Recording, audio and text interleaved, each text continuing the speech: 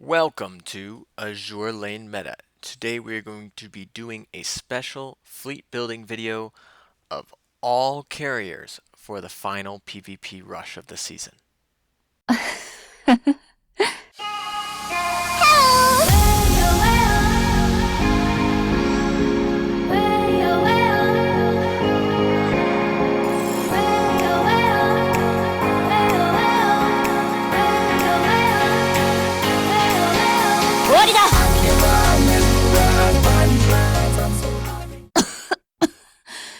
Welcome back, guys. Like I said earlier, today we are going to be doing a PvP rush for the end of the season, but we're going to make it a little more challenging and do it with only carriers in the main fleet. Why do you ask? Well, that is because this video is brought to you by the Warplane Cult. They are a Discord community that has people from the Azur Lane and Conti Collection fan bases who share a collected interest in appreciating aircraft and aircraft carrier ship girls. There they have conversations of history, military, gaming, and anime related content for anyone who is interested. Their combined ambition is to expand and unite to destroy the Sandy cult. If you guys are interested in this server, I will leave an invite link in the description. So let's begin. We're going to have to build our fleet because we're not going to be using the fleet I'm using here to complete my dailies. So in honor of the Warplane Cult's leader's favorite ship, Essex, we're going to be building a fleet around Essex. She's more of a PvE ship, but we can build around her. She has some synergy with other USS fleets and does deal a lot of damage, including flooding damage, so that should be helpful. And of course, we're also going to play Juno because Juno is a great PvP ship and just so happens to be a USS ship, so it counts towards two of the four, or I guess Essex and Juno count as two of the four for the requirement for Essex's skill. Next, we will add Enterprise. She's a USS ship, so she counts toward Essex's skill. She also is a USS carrier, so that helps for Essex's boost, and she's just a great PvP ship with 8 seconds of invincibility. We finish off the USS fleet with Baltimore, and that will boost the other two carriers. To finish out the fleet of carriers, we're going to add Centaur. She's not a USS carrier, but when she procs, she will give a 15% boost to aviation for the other two carriers. To finish out this fleet should be no surprise. We have 3 carriers, so we're going to play Sirius. She gives a 21% boost to herself as well as each of the carriers, so pretty self-explanatory. So let's take a closer look at what the equips are for our fleet here. We'll start with Essex. She's fully done. She has pretty standard equips for everything. You'll notice that the aviation oil tank is there.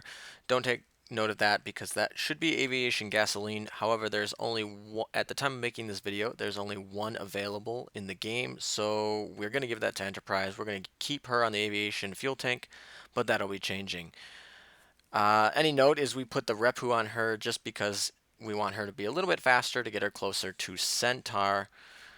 So as I said, the aviation fuel will be here. That's kind of the setup that we want. We put the Seafang on here because it still has the 2 500-pound bombs, which will do most of the damage. It has a little less damage than the Hellcat, but it is a little bit faster. So once again, it kind of groups into Centaur's 15% boost, which is what we're focusing on. Enterprise is going to be our main focus of damage because she does have that 70% chance to double her damage.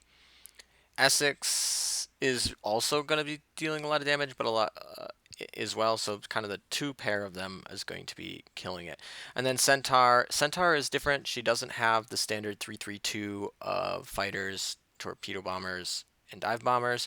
She has 2 fighters and 2 fighter slots and a torpedo bomber slot. We put both the Hellcats in here because we need to actually slow her down a little bit just so we can kind of put them and group them in for that 8% boost there. We're still putting the Barracudas on all of them, and once again we would switch that aviation fuel tank for the aviation gasoline once we are able to get more than 1 in the English servers. like I said, pretty standard. Carriers are pretty easily built. They're all 120. They're all fully enhanced. They are all basically done. All the skills are done. So now we move on to the main fleet. We go with Juno. Juno, we just kind of put a lot of HP things in. We're going to put her in front once again because the other two ships are more fragile than her. So we're going to put that torpedo bulge, or anti-torpedo bulge on her. We're going to keep up with the AA stat, although less relevant here in this fleet because Essex and all the fighters will basically take care of the anti-air. And we're going to put the Bofors Stag on her as well.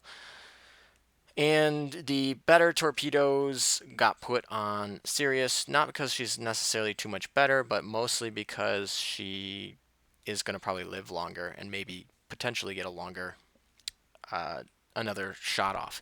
Here we put the Pearl Tears on Sirius because we're hoping that Baltimore lives the longest. Obviously, she is not completely done. She's level 118, so that might be a somewhat of a factor, but she is fully enhanced, and she's not going to be losing out on too much by those last two levels. And Baltimore is the least done and probably will affect because it does affect that HP pool, and she's already a little bit fragile. But we are going to have two heals for her. We put a lot of evasion on her. We're going to also make sure that the Beaver Tag gets the Vanguard moving a little bit quicker. She's going to be doing a lot of damage. She is our damage dealer. She does buff carriers, and I guess if the carriers die, she buffs herself, but that won't happen, or at least not in a one that we will have a victory of. And she's just ultimately a really good damage dealing ship if she can survive long enough. So we're just going to put a lot of evasion on her to help with that. So that's the fleet that we're going to be using today to go into the battle. So here we start off with the standard crane fleet, although it has formidable instead of like a Nagato, so that's a little bit different. A triple carrier fleet, we'll see which triple carrier fleet is better here. I'm not too worried about the front row. They have a Yukikaze, although Yukikaze's skill is better used against battleships. So, and of course, I'm expecting Juno to be played in most of the fleets I'm going to be playing here at the end of the season rush. Here we see that our Vanguard is overpowering theirs. Not sure why they play the Ardent exactly, but basically our Vanguard's not going to die before our huge initial strike. And at that point, Formidable is basically gone at this point. That our Vanguard's going to beat their Vanguard. And in a double battle of triple carriers, whoever's Vanguard wins is going to be in a significant advantageous position. And that wasn't too hard. We get a second launch of all three carriers. So we'll start off great against a triple crane or a triple carrier fleet with cranes. Here we have the standard Namagiru fleet. So this one is going to be a little bit scary because we have Hiru. Hiru is kind of a pain in the butt for most carriers, especially Enterprise, which Enterprise is kind of the survival method of our fleet here because Essex is more of a PvE carrier and Centaur is just a carrier light or a light carrier. So we'll see what we can do here. We basically have to have our Vanguard win, which might be a little more difficult since our Vanguard's actually not fully leveled. But they have a squishy Ainami, so if the right things trigger and we get everything to work out, there we go. Yep. The squishy Ainami, their Vanguard ended up dying nicely on that first run. If that didn't happen, it would have been over. We took out the Nagato, so that's good, but we still haven't hit the Hiru's skill yet. Okay, we killed Amagi and we procced Hiru's skill. Well, this is going to be tight because Baltimore probably won't live. Maybe. I think we got this. I think we will have this one. There we go. Yeah, we have it. Because it'll die by the 15 seconds. Yep. All right. 15 seconds is such a long time when you're waiting for it to win. So we did end up beating the Namagiru fleet. you know, that has a lot to do with what skills are proccing and exactly what gets hit. But the squishy Vanguard that they were running ended up helping us get our Vanguard into the back early enough that we could deal some damage and get Hero to proc while having our back row just not get demolished. So we'll see what we have next. Okay, so we have the Akaga fleet with the Nagato, so this should be actually pretty challenging. We do have Essex, which kind of creates an interesting mechanic with 4 USS fleet ships, or yeah, with 4 USS ships in our fleet. Essex becomes kind of interesting against fleets like this one, like the Akaga fleet that deals a lot of damage through the aviation stat. But the fact that they have that quick launch will get around our Enterprise's.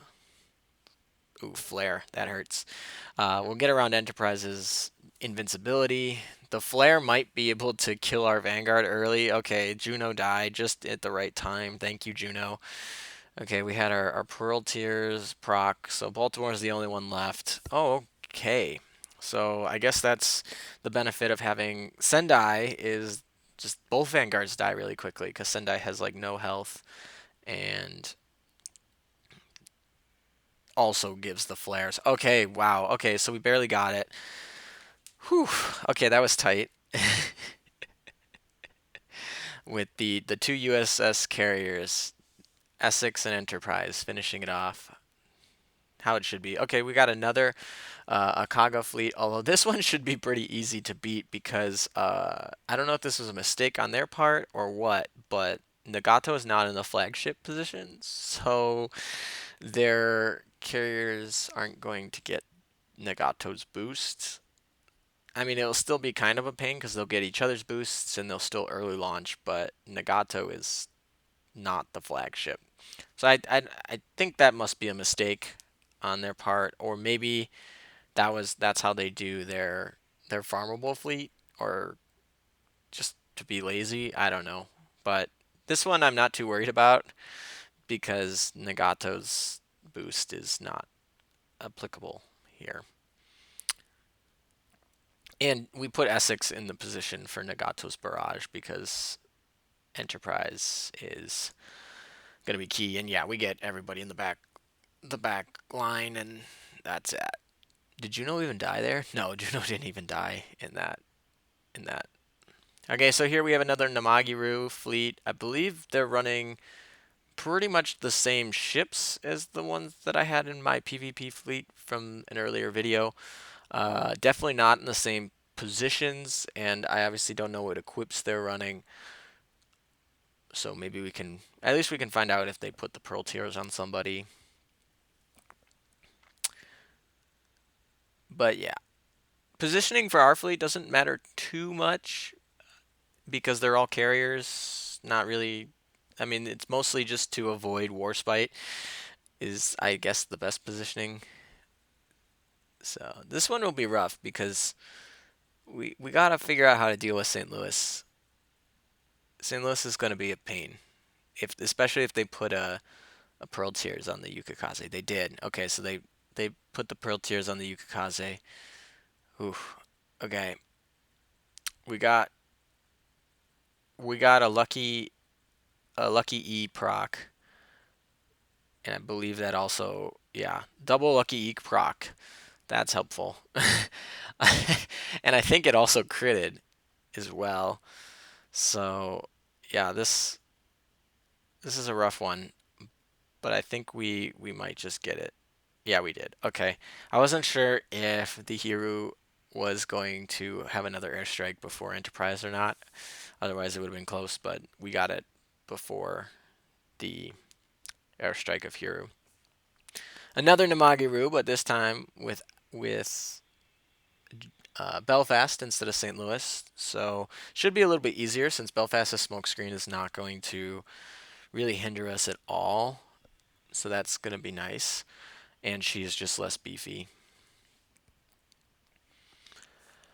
A lot of Namagirus. I'm kind of was hoping that we'd have a lot of war spites. We have a meta analysis coming up eventually. I'll probably do it after the end of the next season because just one season. I don't want to do it every season, but maybe every 2 seasons. Uh, so I mean, I definitely did see a lot more war spites. We'll have to see what the data looks like when we take a look at it in that other video coming up. But there were definitely a lot of Namagirus still around, and that might just be because people don't have their fleets filled up. Oh boy. Okay, so both vanguards are dead. This is gonna be close. Did we proc Lucky E? I hope so. Oh, I think yeah, we did. Okay. And Essex is gonna die, so it's just Enterprise versus Hiru, the two meta carriers that ended up surviving that.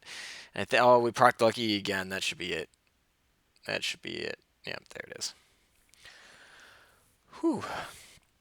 So as I was saying, I think we're gonna have a lot more war spites, but a lot of war spites are just thrown into the Namagi fleet rather than into like a big gun meta with Monarch and I don't know, like Queen Elizabeth or Centaur. Or some of them play other things. Here's one where we have the big gun meta. We are playing the Monarch, the war spite, and I didn't see what the other one was. I think it was. We'll see in about a sec.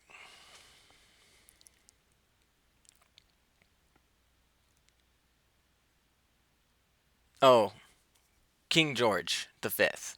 Okay, that's actually kind of funny because that's a great meta ship to kind of counter Japanese fleets. But we're not playing any Axis ships. I don't believe, are we? Nothing. None in the back line. Definitely the front line. No, we're not playing any. So it's kind of a useless skill. But this will be tight. If Enterprise procs Lucky E here, that should be it. But the Warspite is annoying because it just kind of takes out that Essex before it can do much. There it is. There's Lucky. That should be it. Alrighty. So we beat Warspite, we beat Namagiru, we beat Akaga fleets. So I think those are the three main fleets that are meta. And we didn't rush very well, but we beat all the main meta fleets.